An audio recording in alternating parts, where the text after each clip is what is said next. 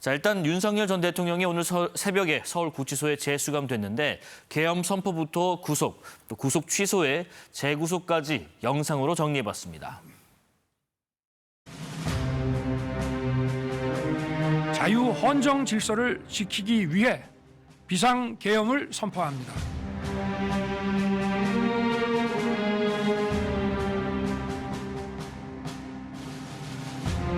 국회의 의결에 따라 대통령은 즉시 비상계엄을 해제해야 합니다. 이제 비상계엄 선포는 무효입니다.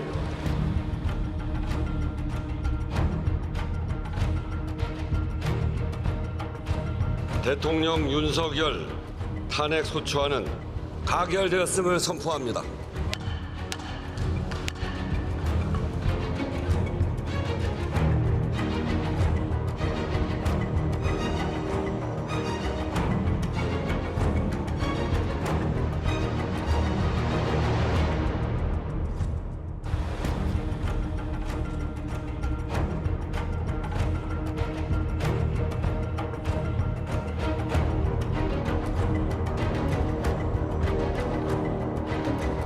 대통령 윤석열을 파면한다.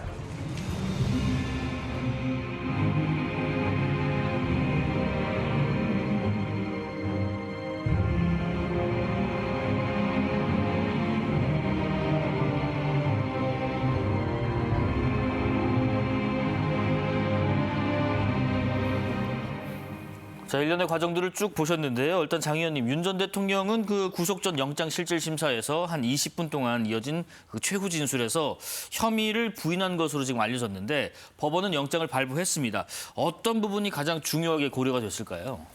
일단 윤석열 전 대통령이 이 영장실질심사를 받으러 가는 태도도 전 문제였다고 봅니다. 집에서 7분 전에 나와서 법정에 4분 정도 전에 들어가는 피의자가 어디 있겠습니까, 대한민국에. 오히려 뭐 한 30분 전에 도착해서 성실히 재판에 임하는 것이 피의자의 기본적 자세일 텐데요. 네. 전혀 그런 반성의 기미, 또 이 반성과 어떤 사죄의 의미 자체가 없었다고 보고요. 이 여러 가지 증거 인멸과 뭐 도주까지는 아니지만 증거의 인멸 우려가 있었습니다. 예를 들면 여러 가지 뭐 이 총으로 체포영장 집행을 뭐 총을 보여줘라든지 체포영장 집행을 방해하는 혐의죠. 또 여러 가지 국무위원 이 심의 권한을 방해한다든지 이 국무위원 중에서도 본인의 말을 잘 들을 것 같은 사람들만 이렇게 골라서 부르는 그런 식의 이 행태들이 있었고요. 또 한편으로는 또 국무위원회 부서를 밖에 계엄 선포 시에 되어 있는데 이 소위 기재부 장관, 행안부 장관, 법무부 장관, 국방부 장관 4명의 부서와 총리의 부서로서 계엄령 선포를 하게 됩니다. 그런데 그 부서도 없었던 과정이 있었고 또 강희구 부속실장을 통해서 총리의 부서를 받았다가 이 한덕수 전 국무총리가 이 부서는 사후적인 부서이기 때문에 위법하다라고 이 사실 그 해당 또 문서를 인멸한 이 사례가 지금 언론 보도를 통해서 밝혀지고 있습니다. 그렇습니다. 또 비아폰 서버 기록 삭제를 경호처 차장 김성훈 차장에게 지시하는 등 여러 가지 지금 이 증거인멸 우려가 충분하고요. 강희구 부속실장 같은 경우는 검찰의 진술과 특검의 진술이 번복되고 있는 등의 여러 가지 사례들이 지금 나타나고 있기 때문에 증거인멸의 사례는 매우 충분히 있다라는 것을 이 영장 전담 이 재판부가 판단한 것으로 보입니다. 뭐 무엇보다 124일 만에 재구속 말씀하신 것처럼 법원에서도 그렇게 판단했습니다. 증거를 인멸할 염려가 있다라고 판단을 근거를 좀 댔는데 일단 또 윤 전 대통령은 지금 독거실에 수감이 됐습니다. 최장 22일 동안 구속 상태로 조사를 받게 되는데 지금 특검이 영장에 적시한 혐의들로 기소하면 구속 상태가 좀 더 길어질 수 있다 이런 전망도 있습니다. 어떻게 보시는지요? 그렇게 되겠죠. 예. 그러니까 지금 뭐 다시 풀어줄 것 같지는 않습니다. 더구나 지금 이제 형사재판으로 내란죄와 관련해서 그 재판을 받고 있잖아요. 네. 그러니까 그런 것과 병행해서 아마 상당 기간은 나오기 힘들 것 같다. 근데 원래는요, 그 재판이 길어지면 불구속 상태로 재판을 하는 게 맞긴 맞거든요. 그런데 이번 사안 같은 경우는 그 일반 형사사범과는 다른 거니까 그래서 그 사안의 중대성, 국가기관을 동원해서 경호처가 경찰을 맡게 한다라든가 그리고 무슨 비화폰을 바꾸도록 교체하도록 뭐 이렇게 요구를 한다라든가 예. 뭐 이런 것들이 전부 다 굉장히 심각한 범죄에 해당한다 이렇게 판사 그 영장 집행 판사가 보신 것 같아요. 근데 거기에 더해서 사실은 처음에 이제 자기 공범들, 그러니까 쉽게 얘기하면 명령을 받았던 경찰이나 경찰이나 군의 수뇌부가 이미 다 구속이 돼 있는 상태잖아요. 근데 명령 내린 사람은 밖에서 활보하고 있는 것들이 과연 맞느냐. 그다음에 구속 취소로 나온 것이 그 지규현 판사가 내린 판결이 과연 합리적이냐.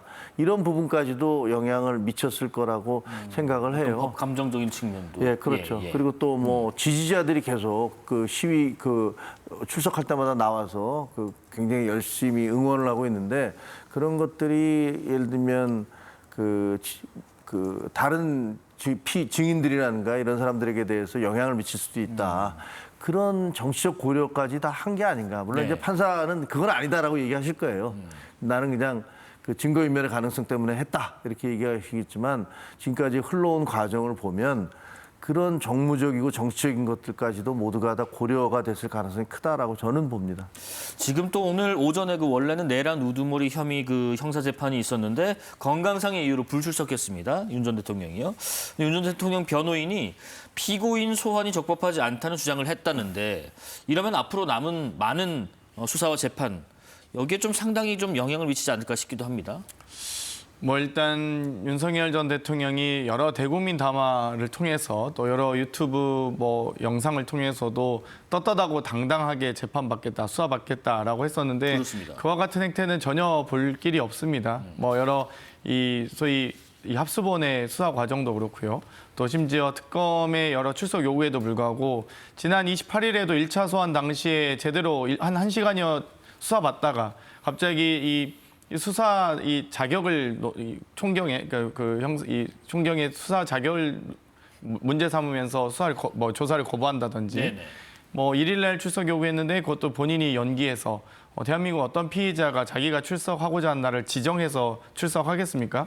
5, 6일 정도 불렀으면 좋겠다라고 해서 또 특검이 그걸 수용해서 5일에 이 9시에 불렀는데 또 1, 20분 늦을 수도 있다라고 사전에 미리 지각을 고지하곤 했습니다. 그렇기 때문에 성실히 재판받을 가능성은 매우 낮아 보인다라고 보고요. 네. 오늘 재판 또한 뭐 불출석하는 것도 사실 저는 납득이 되지는 않습니다. 어찌됐건 재판에 출석해야 하는 의무는 어찌됐건 피의자의 본인의 인권과 본인의 권리를 주장하기 위해서 출석하라는 것이지 뭐 수사 과정에서의 어떤 불이익 같은 거 지금 재판이기 때문에 수사에서는 본인이 안 나오는 것 자체가 증거인멸이나 도주의 우려가 있을 수 있지만 재판 과정에서는 본인의 권리를 찾기 위해서라도 재판에 출석하는 경우가 많거든요. 그렇습니다. 그런데 예. 본인이 스스로 그 권리를 걷어차버린 격이고요. 어찌됐건 해당 재판에서 증인 신문은 이어졌기 때문에 저는 뭐 재판을 질질 끌거나 뭐 그런 시간 끌기 할 수는 없을 거다. 아마도 특검은 시간 끌기로 점점 수사에 비협조적으로 나올 가능성이 매우 높은데 어찌됐건 재판은 결국 어렵게 불출석하면 할수록 스스로 본인에게 더 어려워질 뿐이다라는 말씀을 경고를 드리고 싶습니다. 내란 특검팀에서 그런 얘기를 했습니다. 그 내일부터 윤 전 대통령을 조사할 거라고 하는데 그 내용 중에서 본인이 동의할 때는 지금 보시는 것처럼 외환 혐의도 수사하겠다라고 설명을 했는데 물론 이번 청구에는 없었습니다마는 이 내용에 대한 수사에도 동의할지 적극적으로 좀 임할지 궁금합니다. 근데 지금 외환 혐의 수사가 본인 동의가 필요한 수사인지는 잘 모르겠어요. 네. 그러니까 저게 무슨 뜻인지, 그러니까 우리로는 준비가 돼 있는데 만약에 지금 그 본인이 다른 수사들 나는 아직 준비가 안 돼 있다 그 부분에 대해서 그러면 그 연기하겠다는 것인지, 그럼 본인이 동의를 해야만 수사를 하겠다는 것인지 지금 대변인 말씀으로는 무슨 말씀인지 잘 모르겠어요. 네. 근데 저는 그 대통령, 그 윤석열 전 대통령이 왜 저렇게 사소한 것에 목을 매는지 이해가 잘 안 돼요. 뭐 출두 시간을 9시에 하자, 10시에 하자. 엎어지면 코달대 아니에요. 바로 앞인데. 그다음에 뭐 아니면 10분, 20분이라도 늦춰달라고 얘기한다든가. 갑자기 뭐 수사받다가 이거는 뭐 누구를 빼서 수사를 해달라든가. 그게 뭐가 그렇게 중요합니까? 그건 굉장히 사소한 부분이고 사실 이분한테 지금 적용되는 건 무기징역 아니면 사형에 해당하는 그런 내용 내란죄잖아요. 그걸 다투고 있죠. 예. 예. 근데 거기서 무슨 아주 사소한 작구를 고치는데 뭐 누가 이렇게 진술을 했는데 이걸 좀 바꾼다든가 이런 게 얼마나 큰 영향을 미칠지를 잘 모르겠어요. 네. 그보다는 본인이 정말로 국민들에게 얘기했듯이 나는 이거 할 수밖에 없었다라고 그렇게 생각을 하신다면 법정에서도 그런 사소한 것들을 갖고 다투지 말고 본인이 나는 이렇게 해서 할 수밖에 없었다. 그리고 내 지시를 받은 사람들이니까 경찰이라든가 군인들은 그 명령에 따라서 한 사람들이니까 모든 책임 나한테 돌려라. 그 사람도 잘못한 거 없다. 이렇게 얘기를 해 주셔야지 맞을 것 같아요. 네네. 근데 거꾸로 나는 잘못한 게 없고 나는 지시를 내리지도 않았다. 그 사람들이 알아서 했다라는 식으로 얘기하시는 거 아니에요. 경호처도 알아서 막은 거고, 그 다음에 경찰이 국회에 들어간 것도, 혹은 군이 국회에 투입된 것도 모두 자기들이 알아서 했다. 이렇게까지 얘기를 하고 계세요. 근데 그걸 지켜보면 정말 참담한 생각이 들거든요. 예. 군 통수권자가 어떻게 저렇게 무책임한 얘기를 할 수 있을까 이런 생각이 들어서 이거 왜 잡범들이 하는 일 그런 어떤 줄다리기 하고 꼬투리 잡는. 꼬투리 잡고 그다음에 자꾸 수정하고 이런 거를 왜 할까? 이게 무슨 도움이 될까? 그래서 좀 답답한 느낌이에요. 지금 외환죄, 외환 혐의 관련해서 이런 얘기도 있습니다. 일단 외환죄 대표적인 형태인 외환 유치 관련해서 이게 지금 외국과 통모한다. 그러니까 북한과 짰다고 볼 수 있는가 하는 부분도 있고요. 그다음에 북을 외국이라고 규정할 수 있는가. 뭐 이런 논란이 있는 가운데 외환죄 성립은 좀 어려워도 뭐 일반 이적죄는 가능할 수 있다. 여러 가지 의견들인데 의원님은 어떻게 보시는지요? 일단 저희 작년 10월 11일 법사위 군사법원 국정감사 때가 기억나는데요. 예. 그때도 갑자기 김영현 전 국방부 장관이 이 전군 지휘관회의를 소집하고 또 언론을 통해서는 이 평양상공 무인기 보도가 나면서 저희가 갑자기 정회가 됐던 적이 있었습니다. 그만큼 이 급박한 상황을 연출하는 듯한 모습이 있었고요. 나중에 지금 저희도 이 보도와 수사를 통해서 확인하고 있지만 결국 이 정말 작전 수행 능력이 현저히 떨어지는 소음과 레이더망을 피할 가능성이 매우 낮은 작전 수행 능력이 없다고 봐도 무방할 정도의 무인기를 평양 상공에서 계속 북한 상공에 계속 날려보냈다는 거 아니겠습니까? 저희가 많은 국민들께서 아마 기억하다시피 작년 10월 11월에 왜 이렇게 오물풍선이 많이 날라오나라는 생각을 하셨을 겁니다. 그리고 심지어 모 보도를 통해서 보면 이 오물풍선을 날리는 지역을 원점 타격을 검토했다라는 보도가 있을 정도로 사실상 무력 도발을 우리 대한민국 국군을 통해서 하는 것이거든요. 그렇기 예. 때문에 여러 가지 이 해당 저희가 사실상 침공에 준하는 혹은 또 대한민국의 어떤 이 군수 물자들을 활용하는 등의 이런 문제들은 일반 이적죄 적용이 저는 가능하다라고 보고 있고요. 네. 일반 이적죄라 함은 대한민국 국군의 군사상 불이익을 해를 가하거나 적국의 이익을 행하는 행위를 말합니다. 그런데 뭐 아주 오래전 판례이긴 한데요. 1959년도 대법 판례이긴 한데 59년도요. 어찌되었건 이 북한을 어찌되어 중공과 함께 뭐 중국과 저희가 수교 전에 판례이긴 합니다만 같은 어떤 적국의 이 범주 안에서 이미 해석했던 판례도 있고요. 어찌되었건 뭐 저희가 여러 차례 북한에 대한 어떤 여러 가지 법적 논란은 있긴 하지만 그럼에도 불구하고 분명히 대한민국 국군을 해할 수 있는 존재로서는 우리가 인정해 왔습니다. 네. 그렇기 때문에 대한민국 군사 안보는 매우 중요하다는 것을 저희가 많은 국민들이 뭐 여야 할 것 없이 다 존중할 것이라고 보고요. 네. 그런 점에서 대한민국 국군 장병들을 여러 가지 무인기를 날려보낸다든지 원점 타격을 검토한다든지 등등의 이유로 또 뭐 대북 전단을 심지어 대한민국 국군이 만약 만들어서 보냈다면 그것 또한 하나의 이 심리전 무기가 되기 때문에 만약 그런 식의 이 소위 대한민국 국군을 해하거나 적군으로 하여금 대한민국 국군에게 위험에 처하게 할 네. 의도와 행위가 있었다고 한다면 저는 외환죄 성립이 가능하다라고 봅니다. 물론 뭐 북한은 최근에 뭐 우리나라를 두 개의 나라 또 적으로 규정하는 것을 우리의 헌법에 해당하는 것을 명시를 하고 있고 우리는 지금 뭐 주정도 있지만 헌법에 북을 규정짓는 내용이 또 다루고 있기 때문에 이런저런 논란들이 있는 것 같아요. 지금 윤 전 대통령 구속 상태에서 아마 뭐 내란 특검 말고 이제 다른 최상병 특검, 김건희 특검도 같이 수사가 좀 진행될 텐데 지금 다른 것보다 이른바 VIP 경로설 이 부분에 먼저 좀 집중해서 수사하는 듯한 뉘앙스 이런 움직임들은 왜 그런 걸까요? 글쎄 모르겠습니다. 특검이 어떤 전략을 가지고서 그렇게 하는지 뭐 저는 법률 전문가가 아니어서 뭐 그 부분에 대해서 이야기할 수는 없는데 사실 뭐 윤석열 대통령에게 적용되는 혐의가 좀 여러 가지가 있잖아요. 네. 근데 그래서 이게 외환죄 이거 법률가들이 얘기 해야 될 거지만 외환죄에 해당하느냐 안 하느냐는 사실은 그렇게 중요한 것 같지는 않아요. 왜냐하면 내란죄만으로 해도 무기와 사형이잖아요. 그러니까 사실상 우리나라에서 사형은 집행되지 않고 있기 때문에 수십 년 동안 무기징역이 가장 할 수 있는 최고의 형량이에요. 근데 무기징역에 뭐 다른 외환죄를 버태든 안 버태든 그게 무슨 의미가 있겠습니까? 형량으로는 문제가 아니고 그거보다는 실질적으로 대한민국 대통령이 그런 짓을 한 거냐. 북한에다가 예를 들면 북한의 도발을 유도하기 위해서 그런 무인기를 시끄러운 무인기 적발될 수밖에 없는 무인기를 보냈느냐 안 보냈느냐 그게 중요한 것이어서 사실 저는 그게 무슨 법률적인 논란이 아니라 네. 내용적으로 있었는지 없었는지 그런 일이 그걸 확인하는 게 중요하다고 생각을 하고요. 네. VIP 경로설 같은 경우는 사실은 뭐 최상병 특검 최상병과 관련해서 이게 다 뒤집어졌다는 거 아니에요. 그 대통령의 말 한마디로 이게 진짜 뒤집어졌느냐. 그래서 뭐 예를 들면 박종훈 대령 같은 사람이 자기는 뭐 정말로 해병대를 위해서 그리고 억울하게 숨진 사병을 위해서 최선을 다했는데 이 사람을 항명죄로 집어넣느냐. 이게 대통령이 지시한 거냐. 대통령이 눈치를 보느라고 한 거냐. 이런 부분들은 정서적으로 굉장히 국민들에게 분노감을 불러일으킬 수 있기 때문에 아마 그런 부분까지도 염두에 두어서 지금 특검이 몰아붙이고 있는 게 아닌가 네. 이런 생각이 들어요. 특히 또 장 의원님께서는 VIP 경로설 관련해서 하실 말씀이 있으실 것 같아요. 한번 들어보겠습니다. 저희가 작년에 법사위 최혜병 예. 청문회에서 많은 의혹들이 공개되기도 했고요.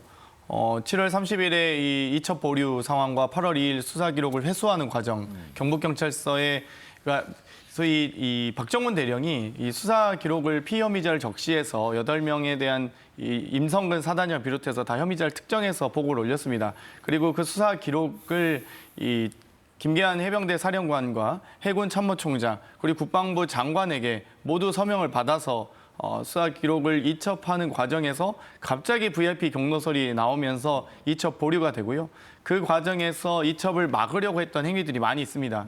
여러 지금 그 당시 대통령실에 있던 이 대통령실 국방비서관 또 이 장관 군사보좌관 등의 이 여러 가지 방해들이 있고요. 또 국방부 법무관리관이 여러 이 경북경찰서에 연락해서 또 수사 기록을 회수해오는 과정 하나하나가 정말 이 군 형사사법 절차에 맞지 않는 이례적인 행위들이 많이 나오는데요. 네네. 그렇다고 한다면 왜 이렇게 이례적으로 대통령실 국방비서관 국방부 장관실 군사보좌관 그리고 국방부 차관의 지휘를 받는 이 법무관리관 등이 왜 이첩을 보류하기 위해서 그렇게 많이 노력을 했는지 그리고 어떤 특정 시그널 이후에 직후에 바로 또 경찰청에 가서 이 수사 기록을 회수해오는 과정 그런 것들이 지금 다 맞물려 있거든요. 그렇기 예. 때문에 이 맞물려 있는 과정들에 대해서 과연 임성근 사단장이 뭔데 이 윤석열 정권의 명운을 걸고 이렇게 지키려고 했는지가 저희가 참 고민과 이 의문점이었고요.